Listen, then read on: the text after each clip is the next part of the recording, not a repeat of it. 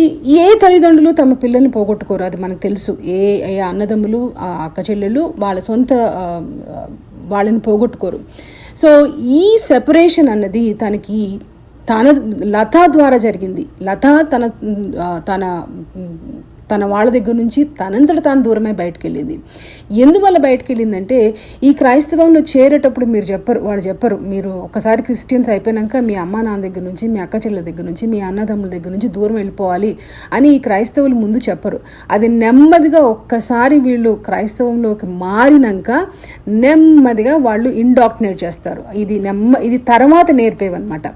ఈ కుటుంబాల నుంచి దూరం అయిపోయాయన్నది క్రైస్తవంలో మారే ముందు తెలుసుంటే చాలామంది మారుండేవాళ్ళు కాదేమో. కానీ అది వాళ్ళు క్రైస్తవంలో మారినాక నెమ్మదిగా ఇంకా వీళ్ళకి బయట నుంచి ఎటువంటి ఇన్ఫ్లుయెన్స్ లేదు, బయట వాళ్ళు ఎవరు వీళ్ళ